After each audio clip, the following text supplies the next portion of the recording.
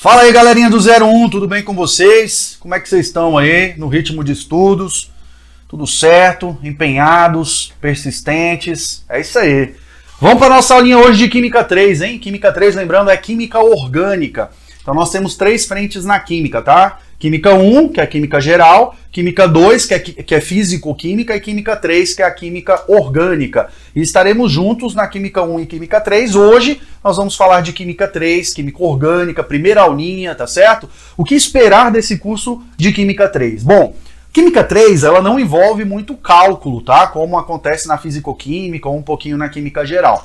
A Química Orgânica, ela envolve muita classificação, definição e representação, ou seja, representar moléculas, saber como desenhá-las, saber como dar nomes às moléculas, saber classificar as moléculas orgânicas. Então, o curso de Química Orgânica não envolve cálculos. É uma parte boa, porém nós temos muita coisa, muita definição, muito nome, então precisamos praticar da mesma forma, tá certo? Nós vamos começar hoje com a nossa aulinha de princípios básicos de Química Orgânica. É uma aulinha introdutória, é bem tranquila, tá? Só para a gente começar a entender o que estuda a Química Orgânica. Porém, mesmo assim, temos muitas coisas dessa aula que aparecem na prova, tá? Então eu vou te dizer ali qual é a parte mais importante da aula, o que costuma cair mais, para você conseguir focar mais e, se não tiver entendido, tirar dúvida, mandar pergunta e tudo mais, beleza? Então vamos lá para a nossa aulinha, né? Nós vamos falar da introdução à Química Orgânica, entender o que é a Química Orgânica e depois nós vamos partir aí para algumas explicações, beleza? Vá fazendo suas anotações, pode fazer pergunta a qualquer momento, fica à vontade, só mandar no chat. Então, vamos começar. Bom, primeiro vamos entender o seguinte: a Química Orgânica é a parte da química que estuda alguns compostos que têm características em comum, tá? Mas nem sempre foi assim, porque a química, desde quando ela surgiu, não tinha divisões. Então, desde a Grécia Antiga, quando se tem ideia que surgiu a química, quando os filósofos questionavam ali a constituição da matéria na natureza, surgiu a química e por muito tempo ficou sendo uma ciência pura, sem divisões, e foi só lá no século XVIII que surgiu a primeira divisão, tá? Então, no século XVIII, um cara chamado Olaf Bergman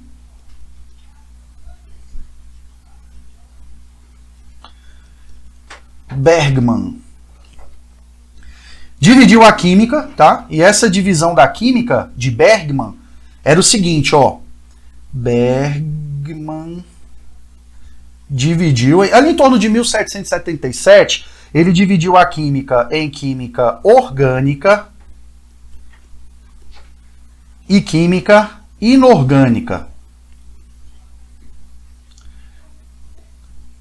Só que veja bem, a divisão de Bergman era associada à origem dos compostos. Então, dependendo de onde encontrássemos os compostos, nós poderíamos defini-los como orgânicos ou inorgânicos. Por exemplo, os compostos orgânicos eram encontrados em seres vivos, enquanto os compostos inorgânicos eram encontrados em minerais. Então, a definição se baseava na origem do composto, tá? Mas, veja bem, queriam saber por que compostos orgânicos eram encontrados só em seres vivos, só em organismos vivos, e os compostos inorgânicos em seres não vivos, ou seja, em minerais. Por que um mineral não poderia gerar um composto orgânico ou vice-versa? Então, a partir disso surgiu uma teoria baseada na ideia de Bergman, por um cientista chamado Berzelius. Olha só os nomezão bonito, hein? Berzelius foi o cara que criou uma teoria chamada de teoria da força vital. A teoria da força vital, também conhecida como teoria do vitalismo, era uma teoria que se baseava na existência de uma força em seres vivos que era capaz de produzir os compostos orgânicos e era necessária para produzi-los. Então só conseguia produzir composto orgânico quem tivesse essa força vital. Como minerais não tinham força vital, então minerais não produziam compostos orgânicos. E essa teoria passou a ser aceita, então, para a explicação do que era um composto orgânico, aquele produzido por um ser vivo, que tinha força vital, e um composto inorgânico, que era aquele encontrado em minerais, né, já que eles não produziam os compostos, pois não tinham a força vital. Bom, só que um cientista conseguiu provar que isso não faria muito sentido. Um outro cara, chamado Friedrich Euler, o nome dele meio estranhozinho, Friedrich Euler ou Euler, tá? Ele conseguiu sintetizar, a partir de um mineral, ele produziu um composto que já era conhecido. Então o cara pegou um sal, que era o cianato de amônio, e a partir desse sal ele conseguiu produzir ureia. Então veja, a ureia é um composto encontrado na urina, né? E ela já era conhecida na época.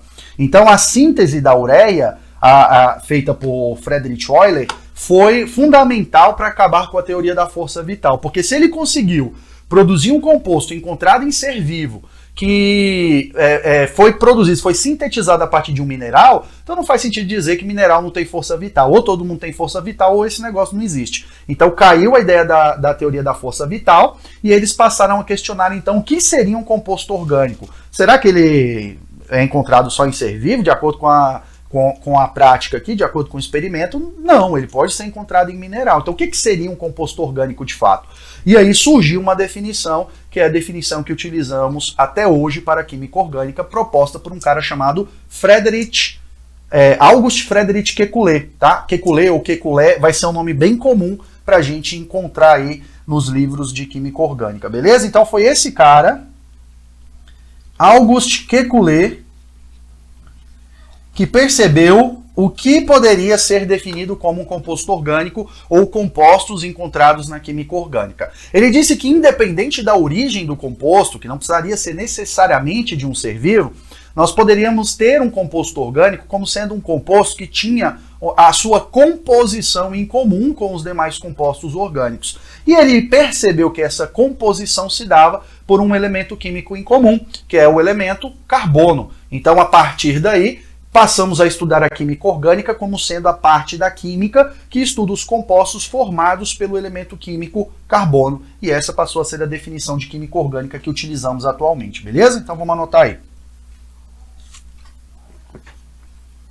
Química orgânica estuda os compostos formados por carbono. Então, os compostos que são formados por carbono, que são conhecidos como compostos orgânicos, são compostos que, de acordo com Kekulé, são estudados, já que essa composição dos compostos é comum a todos os compostos orgânicos, tá? Então, química orgânica estuda os compostos formados por carbono. Então ele percebeu que para ser orgânico tem que ter carbono, essa é a definição. Mas ele percebeu também que alguns compostos que tinham carbono não tinham características dos demais compostos orgânicos. Pareciam mais compostos inorgânicos do que os próprios compostos orgânicos. Então, ele percebeu que existiam algumas exceções de compostos que tinham carbono, porém não tinham características de orgânicos. E ele passou a chamá-los de compostos de transição, que foram posteriormente classificados como inorgânicos, tá certo? Então, é importante anotar isso daí. Veja bem, ó. Nem todo composto com carbono é orgânico. Então existem alguns compostos que mesmo não tendo carbono, que mesmo tendo carbono, não são considerados compostos orgânicos. Eles têm carbono, mas têm características de compostos inorgânicos e assim são classificados. Você deve se lembrar de alguns compostos que são estudados lá na química inorgânica dentro das funções inorgânicas. Nós temos 4 funções inorgânicas. Temos os ácidos, as bases, os sais e os óxidos. Dentre essas 4 funções, existem alguns compostos que têm carbono, mas mesmo assim são classificados como inorgânicos, tá? São eles o dióxido de carbono, que é o CO2, o monóxido de carbono, que é o CO. Ixi, peraí.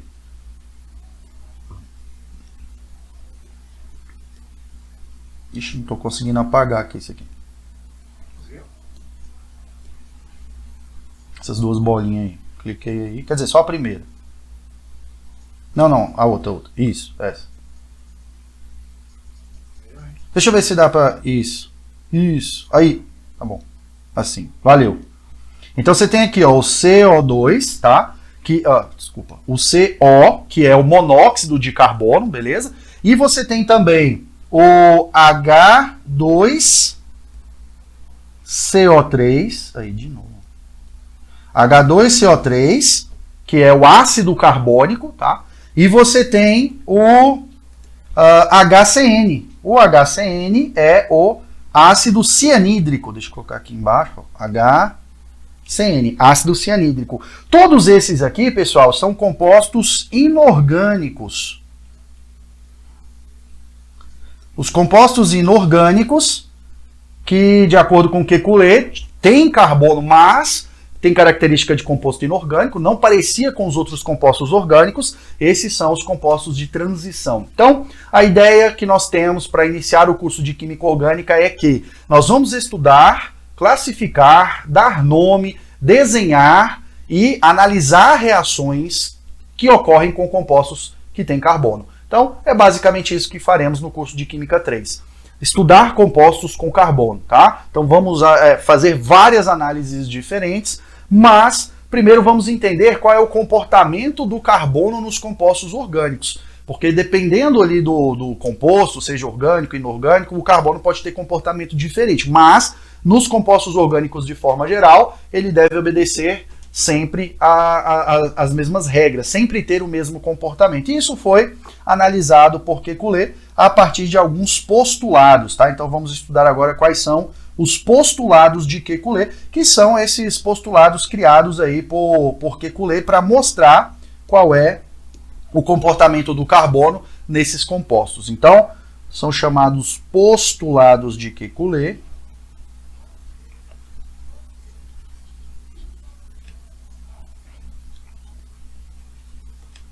E nós vamos analisar esses 3 postulados que explicam o comportamento do carbono nos compostos orgânicos de forma geral. Então vamos lá. Primeiro postulado de Kekulé diz o seguinte, ó. O carbono é tetravalente. O carbono é tetravalente. Quando eu digo que ele é tetravalente, valência tem que te lembrar de ligação química, camada de valência, você deve lembrar desse termo. A camada de valência é a camada da eletrosfera do átomo responsável pela ligação química. Portanto, na camada de valência nós temos elétrons que vão formar as ligações químicas do átomo para que esse átomo chegue à sua estabilidade. Então, dizer que o carbono é tetravalente é relacionar isso com o número de ligações que o carbono faz para se estabilizar. Então, o carbono ser tetravalente significa dizer que o carbono faz 4 ligações. Então, o carbono faz 4 ligações para se estabilizar, e essas ligações podem acontecer de formas diferentes em relação à quantidade de ligações que nós temos entre 2 átomos, entre o carbono e o outro átomo que vai se ligar a ele. Ou seja, nós temos ligações simples, temos ligação dupla e temos ligação tripla, tá? O carbono não forma ligação quádrupla. Apesar de fazer 4 ligações, ele não consegue formar 4 ligações ao mesmo tempo com um único outro átomo. Seria impossível em relação à repulsão que ocorre nos elétrons das ligações químicas. Geraria uma estrutura instável, tá? Então, não vai acontecer ligação quádrupla, simples, dupla ou tripla. Ou seja, como nós representamos as ligações por tracinhos, o carbono poderia fazer as suas ligações da seguinte forma. Nós poderíamos ter um carbono formando 4 ligações simples, sendo que essas ligações seriam representadas por esses tracinhos. Então, nesse caso, o carbono estaria se ligando a 4 átomos diferentes, tá? Ele teria 4 ligantes de forma geral.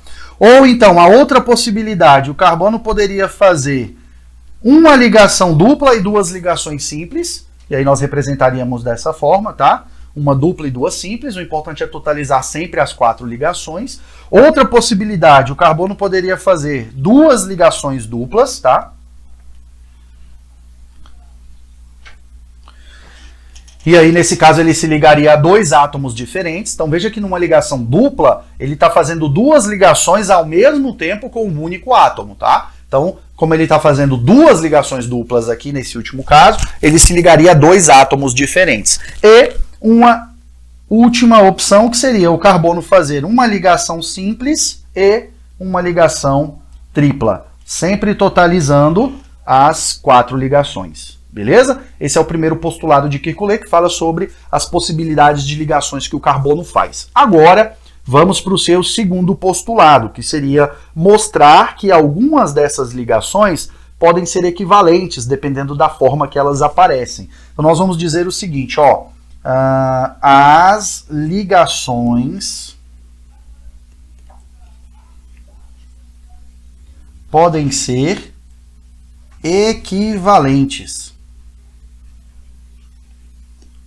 Ou seja, quando o carbono vai se ligar a alguns átomos, ele pode se ligar por ligações simples ou por ligações duplas, e isso pode gerar uma equivalência entre as moléculas, ou seja, as duas moléculas, às vezes representadas de uma forma aparentemente diferente, seriam exatamente a mesma molécula.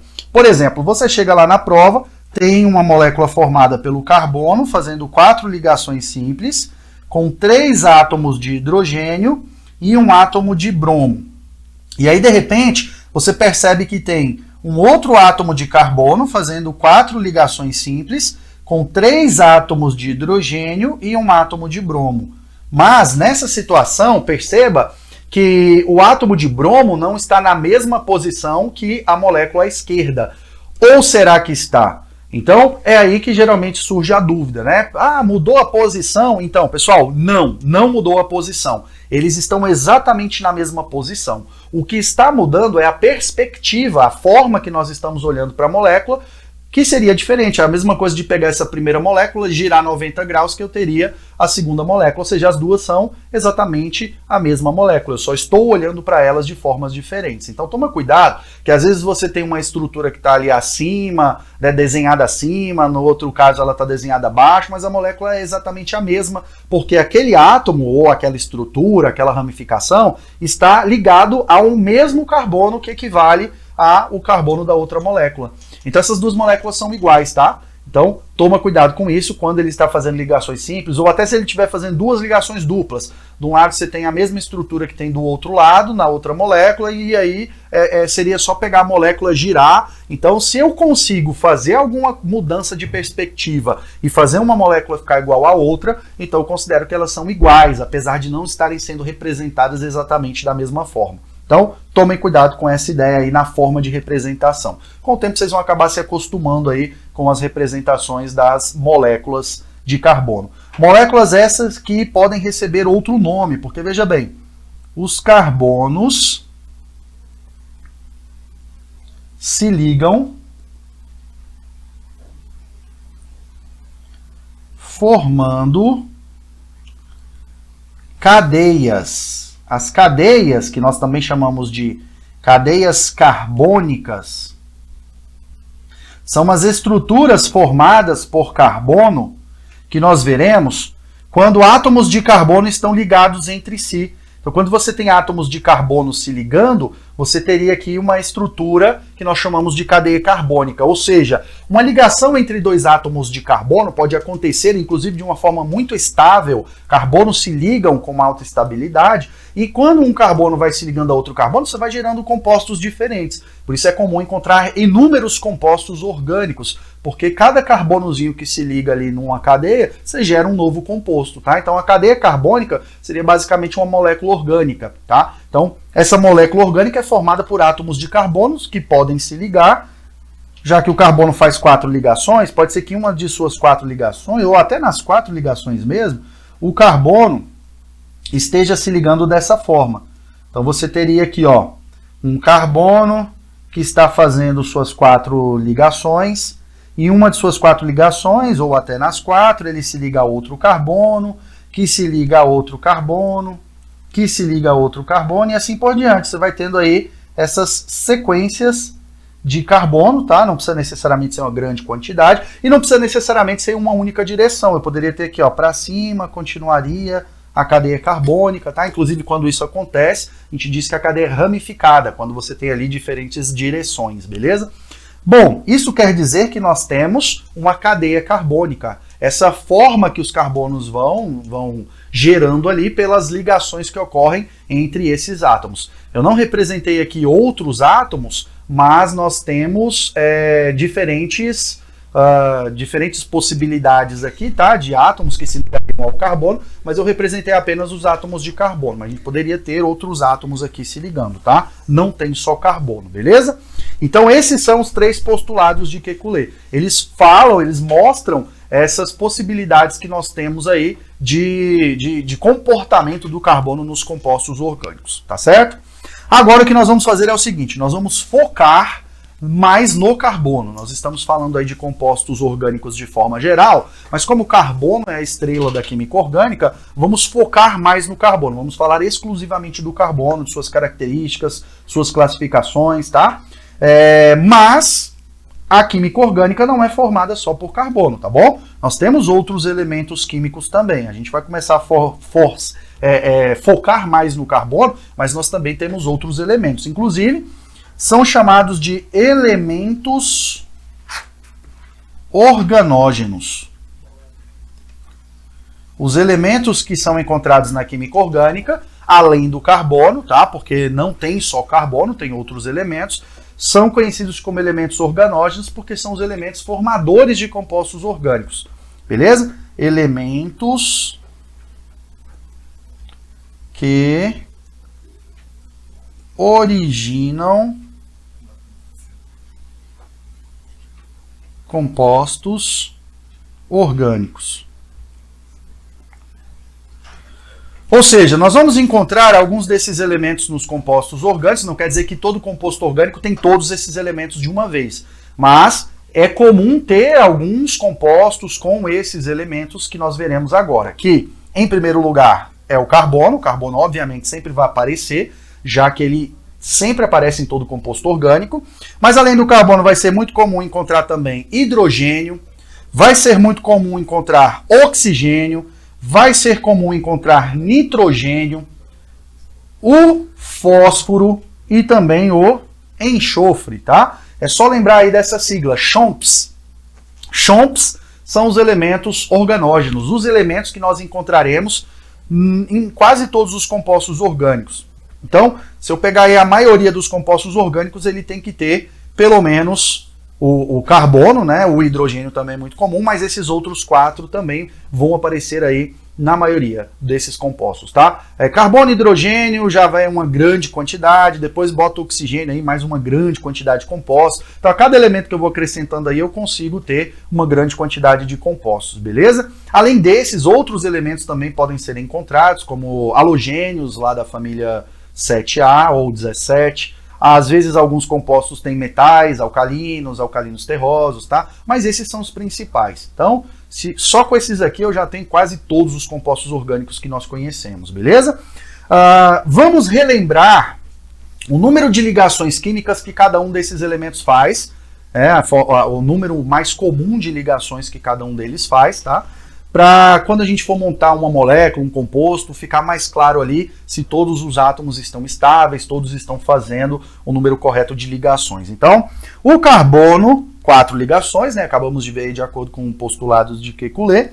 O hidrogênio faz 1 ligação, o oxigênio faz 2 ligações, o nitrogênio faz 3 ligações, o fósforo faz 3 ligações e o enxofre 2 ligações, beleza? Então tudo isso que nós estamos vendo aqui é o número de ligações, beleza? Número de ligações que esses átomos fazem. Por quê? De acordo com a teoria do octeto, que é uma teoria que diz que para que um átomo se estabilize, ele precisa ter uma determinada quantidade de elétrons na camada de valência. Regra geral, 8, com algumas exceções de alguns átomos que ficam estáveis com uma quantidade diferente de 8, mas regra geral 8, tá? E aí o que acontece é o seguinte, o carbono tem 4 elétrons na sua camada de valência, naturalmente ele tem 4, para se estabilizar ele precisa de 8, então é por isso que ele vai fazer 4 ligações, na tentativa de conseguir aí mais 4 elétrons e atingir 8 elétrons na camada de valência, e aí ele se estabiliza, tá? O hidrogênio seria uma exceção, tá? Uma das exceções que nós temos é o hidrogênio. Ele tem 1 elétron na camada de valência e se estabiliza com 2. Então então ele só precisa de mais um, por isso ele faz uma ligação. O oxigênio e o enxofre, perceba que eles fazem duas ligações, ambos. Tanto o oxigênio quanto o enxofre estão na mesma família da tabela periódica, tá? Que, dentre outras coisas, indica que eles têm a mesma quantidade de elétrons na camada de valência e, por isso, fazem o mesmo número de ligações. Tanto o oxigênio quanto o enxofre têm 6 elétrons na camada de valência, então, por esse motivo, eles precisam de mais 2 para se estabilizar, então fazem duas ligações, tá certo?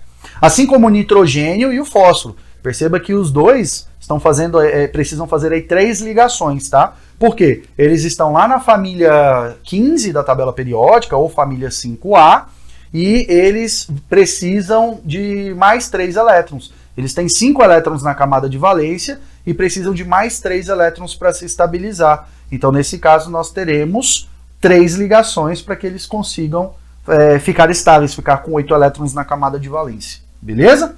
Bom, então, tá aí. CHOMPs, tá? Que são os elementos organógenos. São os elementos que nós encontraremos nos compostos orgânicos. Agora, vamos focar mais ainda só no carbono, em relação a formas que nós temos de diferenciar os carbonos de uma cadeia carbônica, tá? Vamos ver aqui, numa cadeia carbônica, como é que eu conseguiria diferenciar os átomos de carbono? Nós vamos fazer o seguinte, ó. Eu vou primeiro classificar os átomos de carbono de uma cadeia carbônica. Então é possível classificar os átomos de carbono, tá? Vamos analisar aqui, ó. Classificação. Classificação de carbonos. Os carbonos podem ser classificados em uma cadeia carbônica quanto ao número de carbonos vizinhos. Em outras palavras, nós vamos analisar o número de átomos de carbonos ligados diretamente ao carbono que está sendo classificado e vamos dizer ali, em relação à sua classificação, quantos carbonos tem. E aí, nesse caso, dependendo da quantidade de carbonos que tem ligados a ele, nós vamos dizer que ele é um carbono classificado como primário, ou ele pode ser classificado como secundário, terciário, ou então quaternário.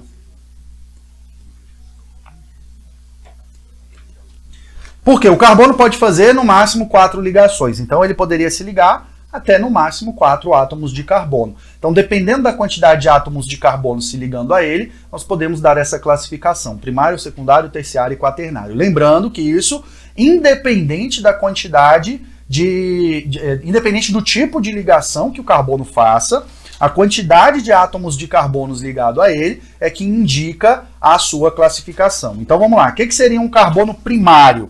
É aquele carbono que se liga a apenas um carbono.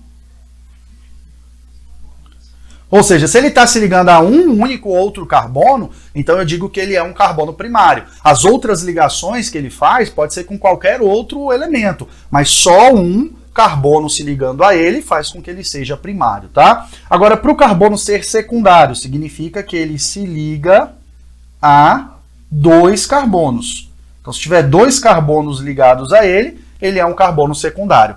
Então, as outras ligações, não importa o que está ligado a ele. Se tem 2 carbonos ligados a ele, ele será secundário, tá? Da mesma forma que se for terciário, é sinal que ele vai se ligar a 3 outros carbonos. E se ele for quaternário, significa que ele vai se ligar a 4 outros carbonos, tudo bem? Então, o carbono quaternário se liga a 4 outros carbonos, terciário se liga a 3, secundário se liga a 2, primário se liga a 1. E se ele não se ligar a nenhum?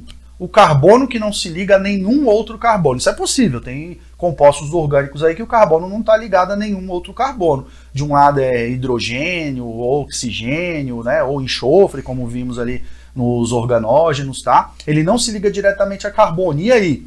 Então, alguns livros dizem que ele é primário, então também pode ser classificado como primário. Ou então, podemos dizer que ele é um carbono metílico, tá? Então o carbono metílico pode ser o carbono que não se liga a nenhum outro carbono. Então esses dois termos são aceitos, carbono primário e carbono metílico. Não se liga a nenhum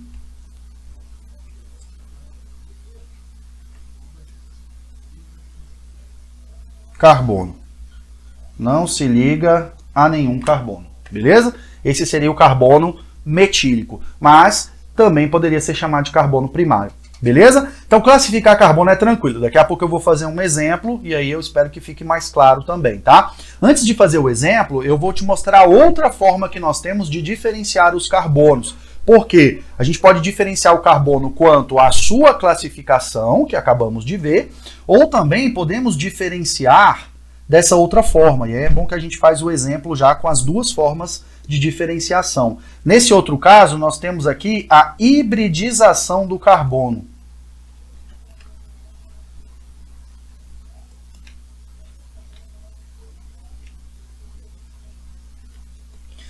O carbono pode sofrer uma hibridização, e esse termo hibridização ou hibridação está relacionado com a capacidade que o carbono tem de misturar, lembrando que algo híbrido é algo misturado, né? Ele tem essa capacidade de misturar os subníveis que participam e formam as ligações químicas dele. Então é isso que nós vamos analisar aqui na hibridização do carbono. Então é uma outra forma que nós temos de diferenciar os carbonos a partir dessa sua hibridização. Nós temos três possibilidades de hibridização para o carbono, tá? Então saber diferenciar um carbono do outro numa cadeia carbônica pela classificação e pela hibridização é algo que é muito cobrado na prova. Então a classificação que acabamos de ver e essa parte de hibridização é muito comum de aparecer na prova. Isso aí vale a pena dar uma revisada, estudar e fazer exercícios. Daqui a pouco a gente faz um exemplo sobre os dois de uma vez, tá? Mas vamos entender o que seria essa hibridização. Primeiro, nós vamos fazer a distribuição eletrônica do carbono utilizando o diagrama de Linus-Pauling, que é aquele diagrama que coloca em ordem crescente de energia os elétrons da camada, os elétrons da eletrosfera de um átomo, tá? Separando ali por níveis e subníveis, tá? Os níveis de 1 a 7, os subníveis S, P, D, F. Então, se você não lembra, relaxa que a gente vai ver isso em Química 1. Mas se você lembra, você vai entender o que eu estou fazendo aqui, ó. 1S2, 2S2, 2P2. Lembrando que o subnível P suporta 6 elétrons no máximo, mas nesse caso aqui eu só tinha 2 elétrons para completar o total de 6 elétrons do carbono.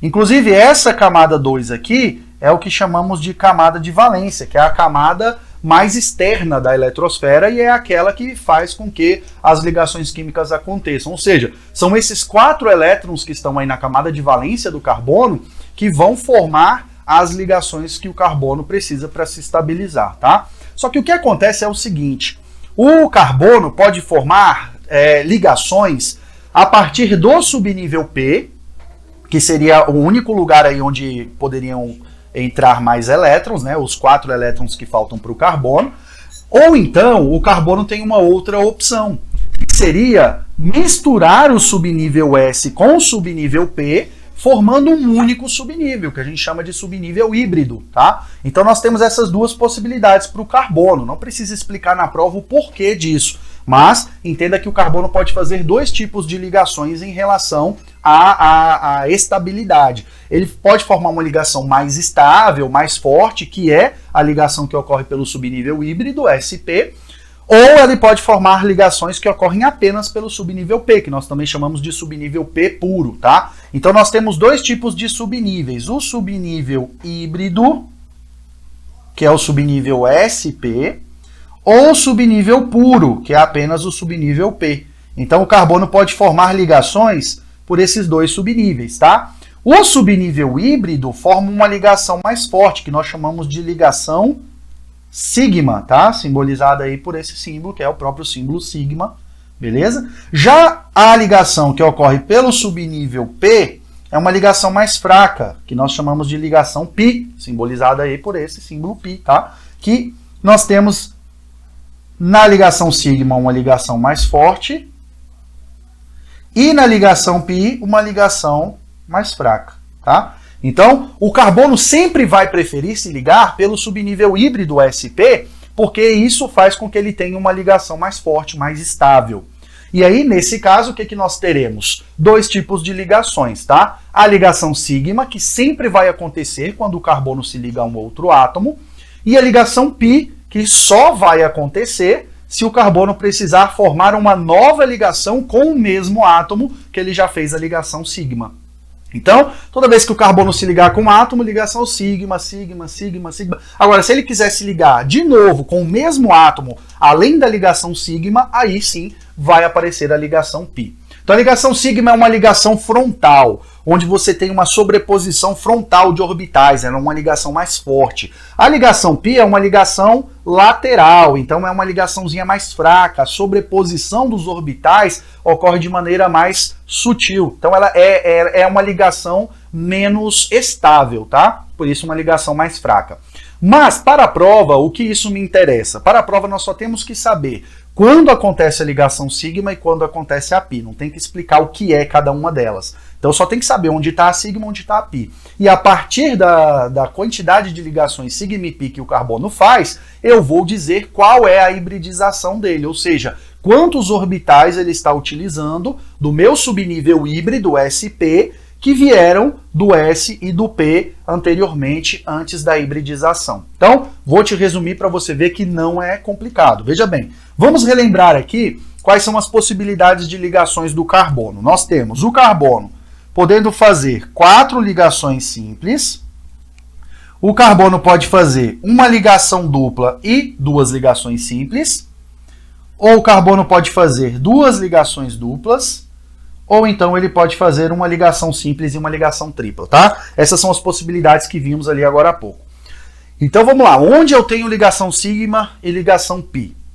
Vamos nesse primeiro carbono aí, que é aquele que está fazendo só ligações simples. Se o carbono está fazendo ligação simples, é sinal que ele está se ligando àquele outro átomo, e como ele está se ligando a um outro átomo, a primeira ligação que acontece, que é a interação frontal, é a ligação do tipo sigma. Então essa ligação aqui simples é do tipo sigma. Essa outra ligação simples aqui também é do tipo sigma, essa outra aqui também é do tipo sigma, essa aqui também é do tipo sigma, ou seja, toda vez que o carbono faz uma ligação simples, pessoal, ela necessariamente será do tipo sigma. Então, resumindo é isso, se a ligação é simples, ela é do tipo sigma, beleza?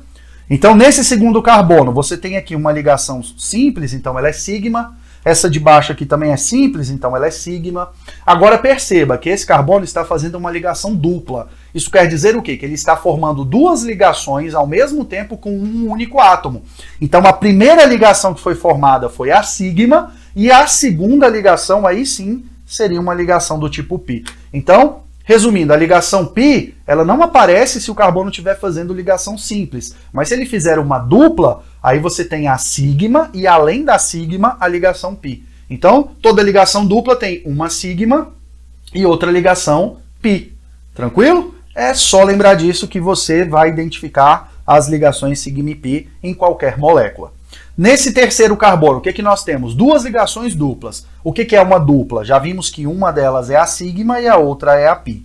Não tem ordem correta. Ah, de cima é sigma, de baixo é pi. Não. Se você sabendo que ali tem uma sigma e uma pi, é o que interessa, tá? A segunda dupla aqui, mesma coisa. Uma sigma, outra pi. Beleza? E no último carbono nós teremos ali uma ligação simples, que nós sabemos que é do tipo sigma, e agora nós temos uma tripla. Pessoal, na tripla são 3 ligações acontecendo ao mesmo tempo entre 2 átomos. Então, uma delas, que é a primeira que acontece mais forte, é a sigma, e as outras que aparecerão ali só podem ser ligações do tipo pi. Então, toda vez que tiver a ligação tripla, uma vai ser sigma e as outras serão pi. Beleza? Então o que você pode perceber aí? Que o primeiro carbono tem 4 ligações sigma. O segundo tem 3 ligações sigma e uma pi. Então eles são diferentes, tá? E eles se diferem justamente pela hibridização, ou seja, pela quantidade de orbitais que foram utilizados no subnível híbrido ou no subnível P puro. Resumindo, o carbono que faz 4 ligações sigma, ou em outras palavras, 4 ligações simples, é o carbono que terá uma hibridização chamada de S1 P3 ou apenas sp3. Então, o carbono sp3 é o carbono que faz 4 ligações simples. Pronto. Essa é a principal, o principal conteúdo que eu preciso saber, a principal característica que eu tenho que saber sobre o que é um sp3. Saber que ele está fazendo 4 ligações simples e só. Já esse segundo carbono aqui, ó, ele tem 3 ligações sigma e uma pi. Ele vai ser classificado como carbono sp2, beleza? Carbono sp2, que é o carbono que faz uma ligação dupla e 2 ligações simples. Pronto, esse é o carbono sp2 e é isso que temos que saber.